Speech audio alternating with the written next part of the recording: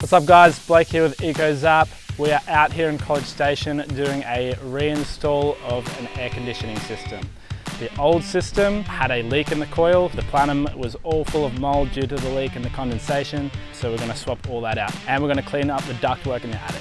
Should be a pretty quick job. We should be out here within the next couple hours.